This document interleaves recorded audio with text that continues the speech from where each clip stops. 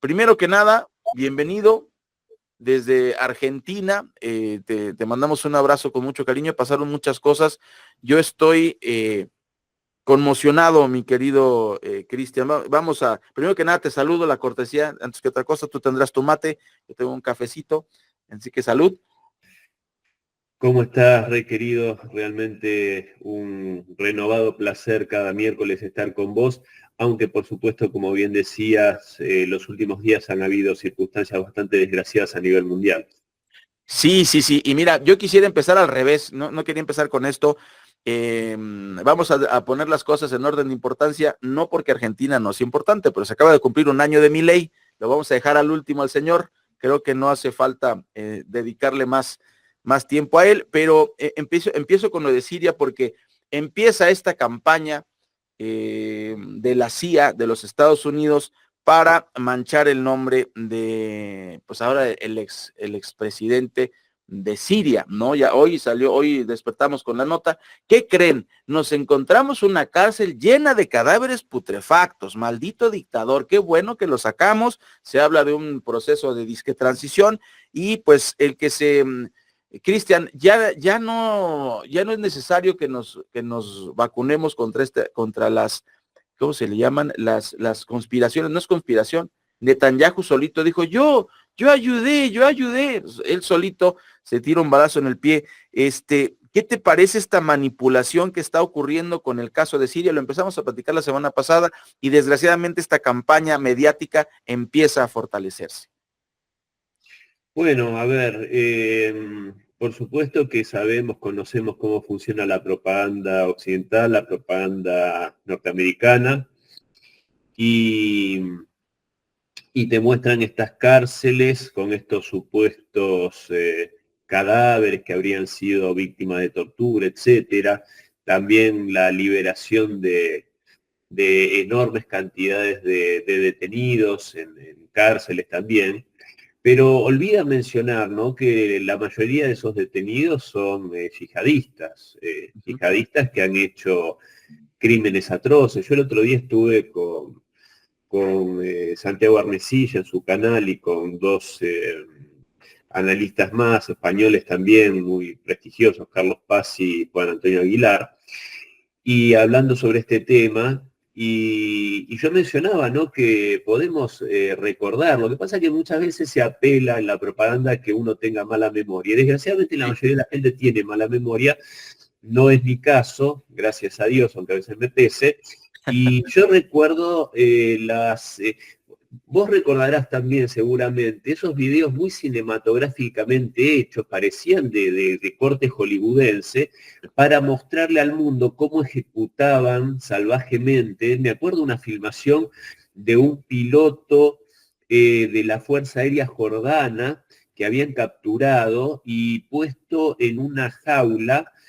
Fue rociado con algún tipo de combustible y prendido fuego vivo. Y todo Sí. eso era mostrado con una calidad cinematográfica, no era un videíto de un teléfono, ¿Un lo cual teléfono? Sí. Sí. yo, como un profesional de la imagen también, que lo soy, fotógrafo, sabía que atrás de esa imagen hay una producción muy grande. Sí. No eran 4 yihadistas en chancletas haciendo un videíto casero con una ejecución. Era algo mucho más perverso, mucho más cruel incluso, si se quiere. También esas filmaciones en las cuales nos mostraban una hilera de prisioneros con esos mamelucos anaranjados y un yihadista detrás de cada uno con un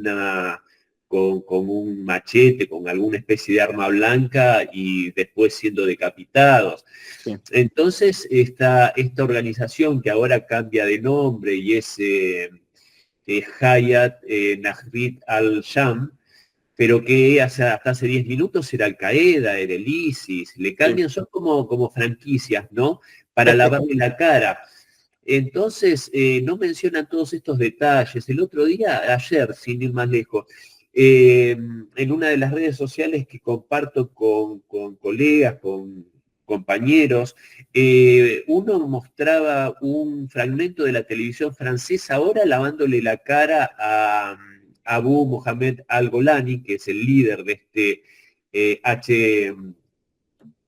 HTS, esta organización, este reciclaje del ISIS, de Al-Qaeda, y decían que se notaba que había cambiado, porque tenía la barba mucho más prolija, recortada, se había puesto un traje y ahora, bueno, vestía un uniforme verde al estilo Zelensky, muy Ajá. prolijo. Entonces eso es como que les bastaba a estos franceses para lavarle la cara y decir, no, seguramente que ha cambiado sus metodologías y ya no va a ser como cuando estaba en Al-Qaeda. Estamos realmente viviendo momentos que si no fuesen tan trágicos serían cómicos Es caro. y vemos como vos mencionabas a este personaje Netanyahu y realmente es lamentable lo de ese hombre. Cada vez nos demuestra que se puede llegar más profundamente a un balde lleno de heces. Sí, sí, está repitiendo lo mismo que les pasó a ellos con Hitler y de una manera aparte con el apoyo de Estados Unidos. Entonces, pues ahí se acaban las especulaciones, Cristian. Ahora, pues es más obvio, pero como bien dices, en la telaraña informática la gente está muy desinformada. Vamos a darle seguimiento a este tema de Siria, la guerra en Medio Oriente. Pues está muy mal, desafortunadamente.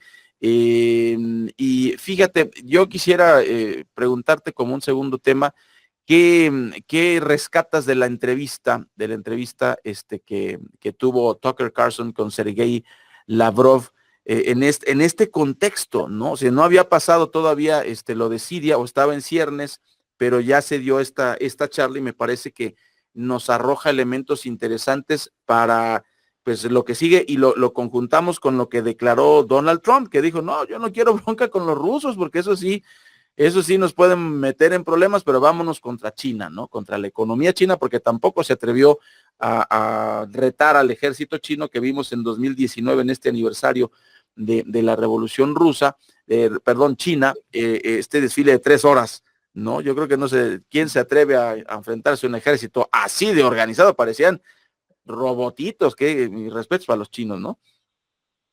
Sí, pero sí, hasta incluso hace pocos días dijo Jacob Sullivan, si no me equivoco, que sí, fue Jacob Sullivan el que lo dijo, que en un hipotético enfrentamiento con China no darían abasto, no tendrían suficiente munición, por ejemplo, de artillería, ese tipo de, de armamento como para responder a justamente una potencia militar del tamaño, ¿no? En volumen que tiene China, que es impresionante. Sabemos que tecnológicamente el número uno es Rusia, con sus arsenales de ultimísima generación, Sí, sí. y China no es que le vaya demasiado en saga a los Estados Unidos, pero en volumen es muchísimo más poderoso que el país norteamericano.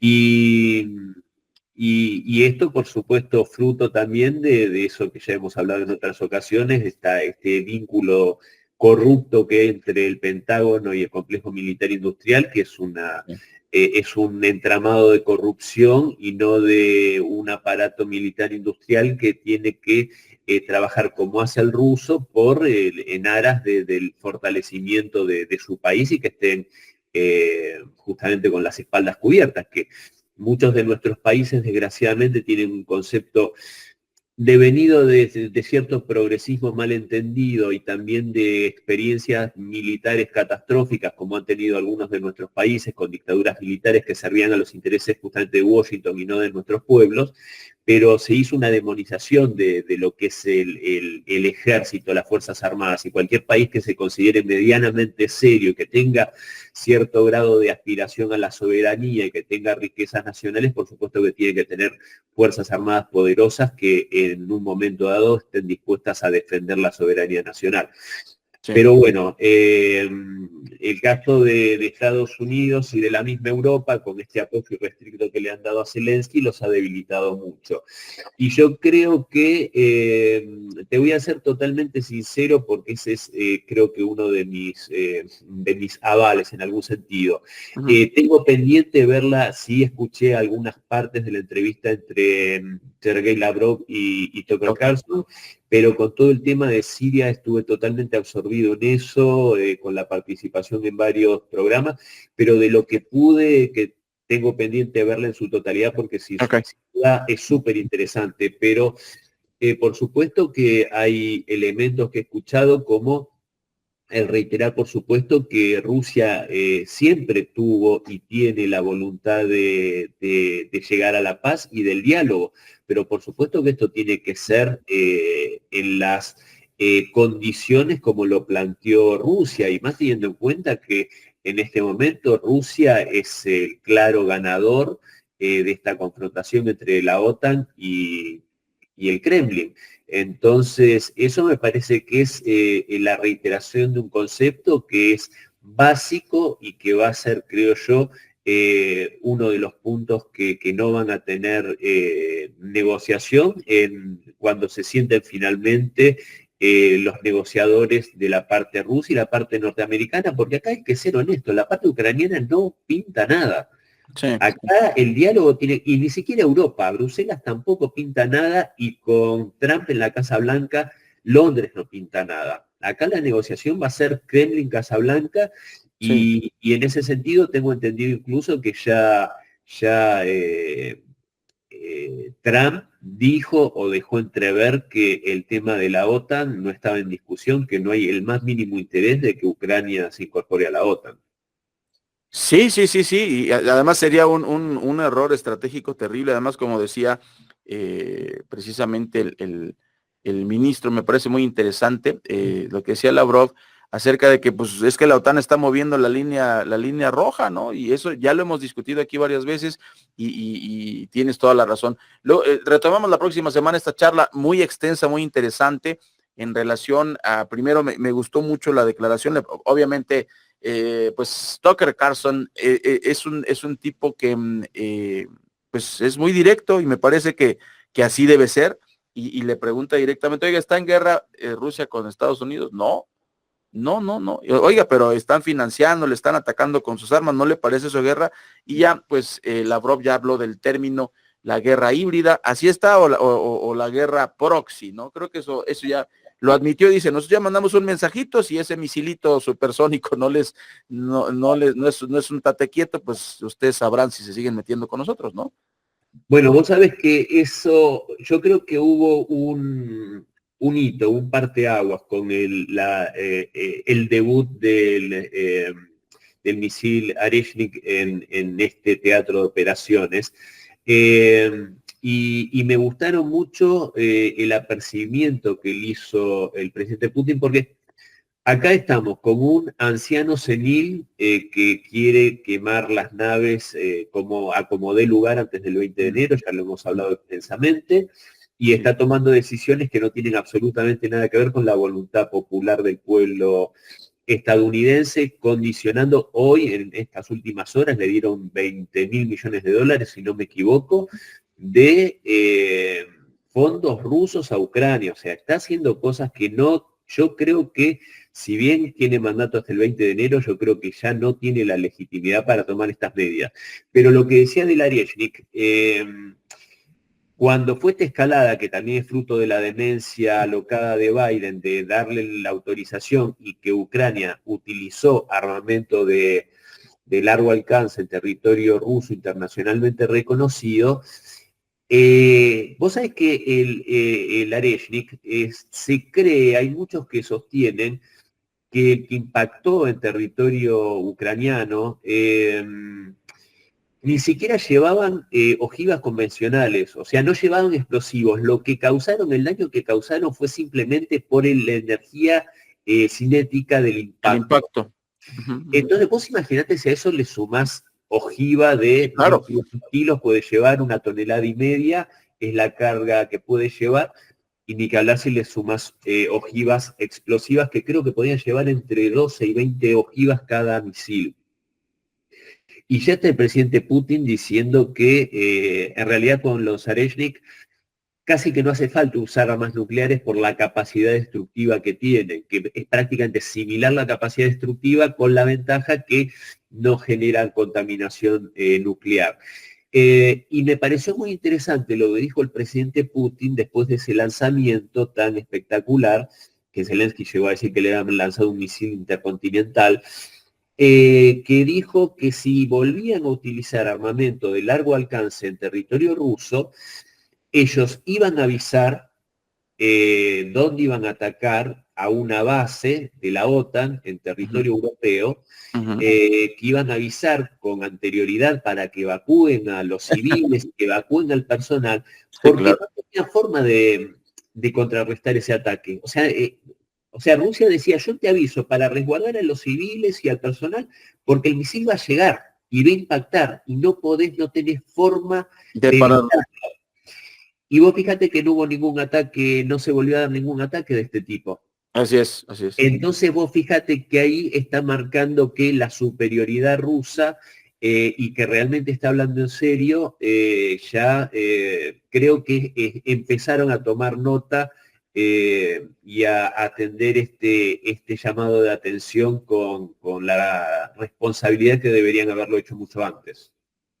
Sí, sí, sí. No, pues vamos a estar atentos. Les recomendamos muchísimo. Vamos a dejar en la descripción de las notas esta entrevista para que usted también la conozca. Es importante, Cristian, que nosotros difundamos en lo que se pueda la otra cara de la moneda, como yo le llamo, ¿no? La gente de verdad, estaba escuchando a un profesor de una preparatoria eh, indignado por China y se subió al barco de la guerra contra China, ¿no? Y diciendo, ¿y por qué compramos tantas cosas? Y yo le alegaba en ese sentido, oiga, maestro, está bien, órale, le dejamos de traer cosas de China, ¿y de dónde las vamos a traer? Porque México no produce nada.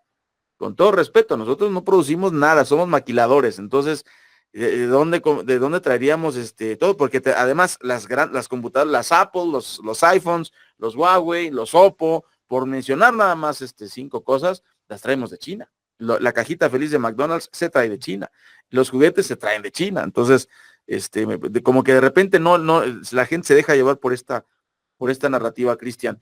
Y mira, en relación con la izquierda, quisiera preguntarte, platicar, pues el tema de esta noticia de la enfermedad de Lula da Silva, que me parece, mira, te cuento el chisme, ¿no? O sea, como las señoras ahí que van a lavar ropa, sufrió una hemorragia intracraneal, fue operado de emergencia, está despierto, dicen que conversa, lo cual son buenas noticias, porque si estás despierto con un tema en el cerebro, son buenas noticias. Pero es un desafortunado incidente para la izquierda latinoamericana, ¿no? O sea, estaba tomando un protagonismo muy importante con todo y el tema de los BRICS. ¿Qué panorama ves? Vamos poniéndonos trágicos porque creo que pues, hay que ver cómo quedarían los BRICS sin Lula da Silva. Digamos que Lula hizo un papel un tanto desdoroso o por lo menos que parecía responder a otros intereses y no a los de los BRICS cuando vetó el ingreso de Venezuela y Nicaragua al organismo. En ese sentido, yo creo que Lula está, y bueno, y ahora a partir del 1 de enero la presidencia de los BRICS está en manos de Brasil.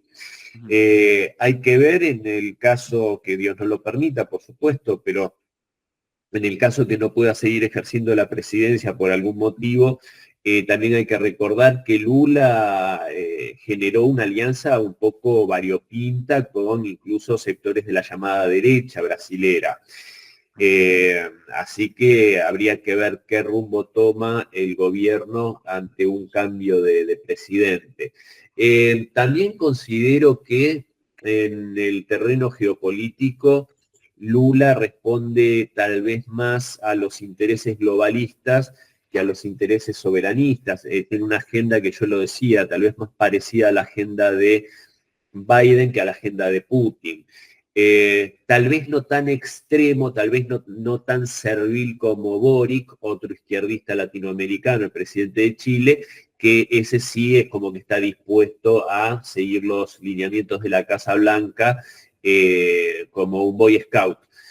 El caso de Lula, por supuesto, que tiene la dignidad, ¿no?, que habitualmente tiene el pueblo brasilero, que es un pueblo que tiene aspiraciones realmente de potencia regional y, por qué no, mundial, como también es el caso de México, que es un país líder en Latinoamérica, en Iberoamérica, y también, bueno, la Argentina lo supo tener, aunque estamos un poco de capa caída, pero creo que somos los 3 países líderes que tenemos un poco más de, aunque bueno, está trapeando el piso mi presidente Milei con la imagen de la Argentina.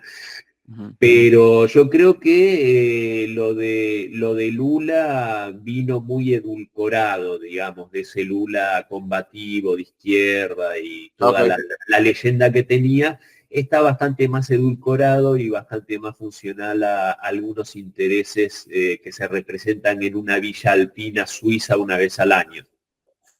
Sí, sí, sí. Y bueno, yo quiero decirle al público que Cristian y yo habíamos agendado otro tema, podemos empezarlo, pero despertamos con la noticia de Siria, ¿no? Y yo creo que era importante abrir la cortina, ¿no? De estos cadáveres que supuestamente estaban ahí. Discúlpeme que yo no le crea a la CNN, ni a la BBC, ni a Televisa, ni a las grandes corporaciones mexicanas y extranjeras en este tipo de información, porque ya nos dimos cuenta que es la agenda de Washington, de manchar el nombre de alguien. Es la táctica, Cristian, de la letra escarlata. Pero, ¿por qué hago esta aclaración? Porque habíamos platicado de desnudar esta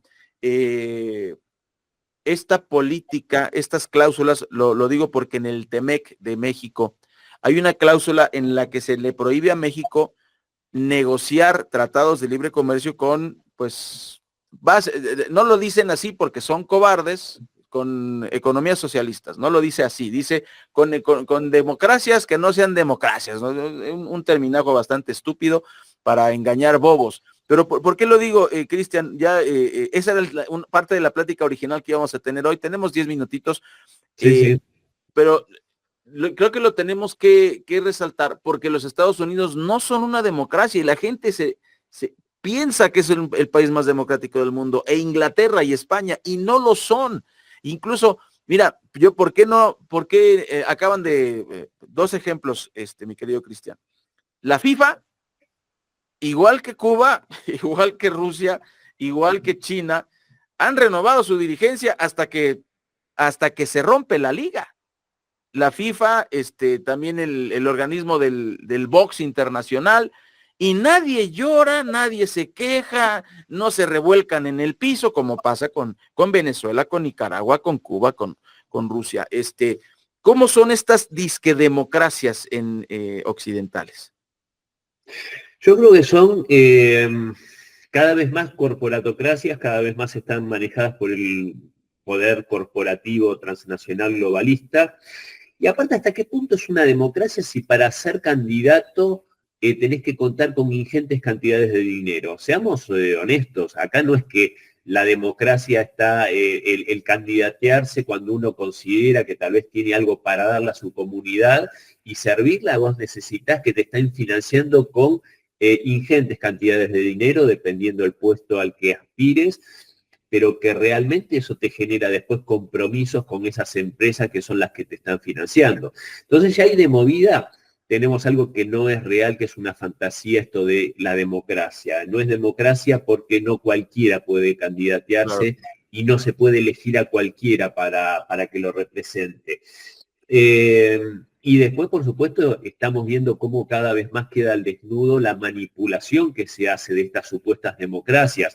Cuando, ¿en qué punto se es democracia? Si lo que vos votaste no me gusta, entonces no votaste bien. Volvé a votar hasta que votes bien. ¿Qué es lo que está pasando en Rumania? Un país de la Comunidad Europea que se atreven a darles lecciones a todo el mundo, no solo de democracia, sino de cómo hay que vivir y qué valores hay que tener.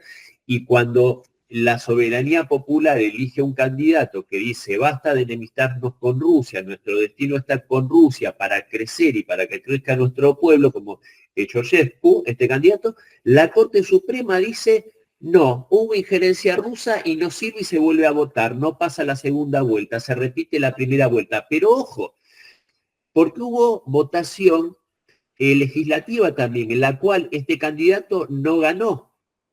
El otro candidato sacó mayoría para las legislativas. Esa elección es válida. La que no es válida, la presidencial, en la que hubo injerencia rusa, en la otra no hubo injerencia rusa. Entonces, lisa y llanamente es, votá de vuelta hasta que votes bien. O sea, traducido, votá de vuelta hasta que votes lo que yo quiero que votes. Sí, O sí. hacemos fraude como hicieron en Moldavia. ¿Entendés? O se le intenta hacer una revolución de color al primer ministro georgiano porque hace lo que ellos no quieren. O sea, dijeron que en Ucrania estaba todo mal porque querían unirse a la Unión Europea, entonces hubo que hacerle un Maidán. Ahora, en el caso de Georgia, no quieren estar con la Unión Europea, ya lo dijeron, lo votaron, lo decidieron, no quieren estar con la Unión Europea, quieren estar con Rusia. Entonces la voluntad popular ahí no sirve. En el caso de Moldavia, que supuestamente a través de un fraude, por lo que se ve, pero porque los resultados se dieron vuelta en mitad de la noche, ahí sí es válido. Entonces, esa doble vara, en unos casos está bien que voten y se respeta la voluntad popular, no, en el otro no. Entonces, basta de doble vara, basta de injerencia extranjera o se meten la mano en todos lados claramente y se dejan de hipocresías o empiezan realmente a respetar que si algunos quieren ir para un lado y otros quieren ir para el otro, bueno, se respete la voluntad popular realmente. Y vos fíjate qué curioso, Rey, que a todos estos países que tienen estos mandatarios globalistas, otanistas, que se dejan manipular por Washington, todos ellos están en entredicho y están caminando en la cuerda floja. Olaf Scholz, digo en cuanto a popularidad y para ser reelegidos. Olaf Scholz, Macron, vimos cómo se fueron los conservadores en el Reino Unido y a los laboristas les va a faltar poco para irse también por la puerta de atrás porque siguen las mismas políticas en esa esfera. Vemos los desastres que hace Sánchez en España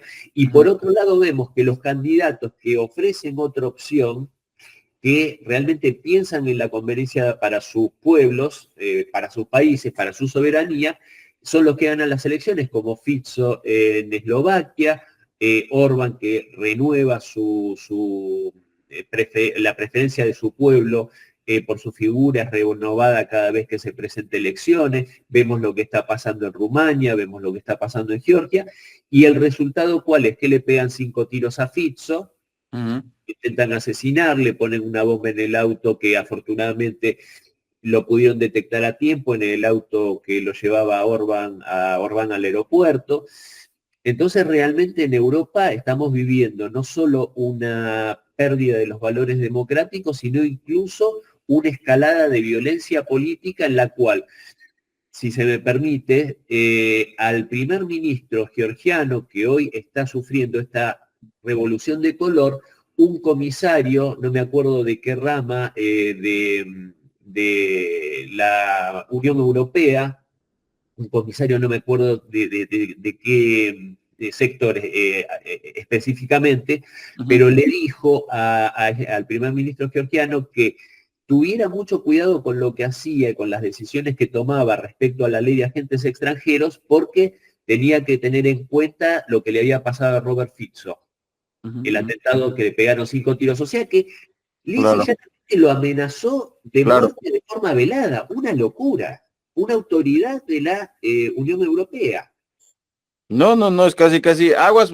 Fíjate lo que le pasó al archiduque austrohúngaro, acuérdate, no, fíjate lo que le pasó a Kennedy, no, no, no, qué forma tan obscena de amenazar. Cristian, yo te agradezco muchísimo estas mañanas deliciosas del cafecito en el que estamos platicando, agradeciendo a toda la audiencia de Oriente Capital, de YouTube, de la verdadera política con Cristian La Mesa, una charla muy abundante, distinta en algunos tópicos, pero con un punto central, Cristian, que es desvelar la verdad a los que nos están escuchando, ponerles la otra cara de la moneda para que pues abramos los ojos. Creo que es importante difundir la información que no es la información corporativa, porque pues en este mundo tan convulso no podemos nosotros pues quedarnos, como tú dices, mirando ante lo que vemos a todas luces es irracional y son, como decimos acá en México, patadas de ahogado de un sistema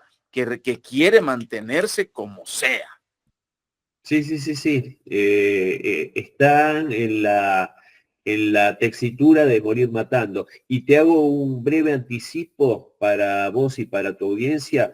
Estoy terminando de escribir un artículo que te lo voy a compartir después sobre que tiene que ver con lo que pasó en Siria, pero enfocado a los vínculos entre los nacionalistas ucranianos y los yihadistas terroristas, que es un vínculo que viene desde hace 80 años por lo menos, y poca gente lo conoce.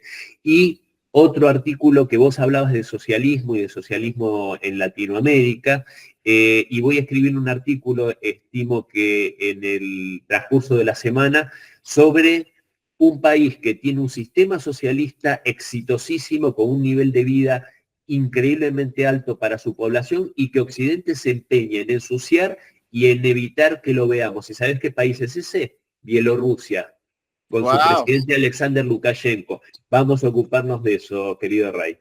Y lo vamos a difundir. Te agradezco mucho, Cristian. Un abrazo hasta Argentina. Gracias por esta deliciosa plática en la mañana, ya casi mediodía por allá en Argentina. Un abrazo. Un abrazo grande, querido amigo. Bien, pues vamos en este momento a despedirnos de nuestros amigos de YouTube.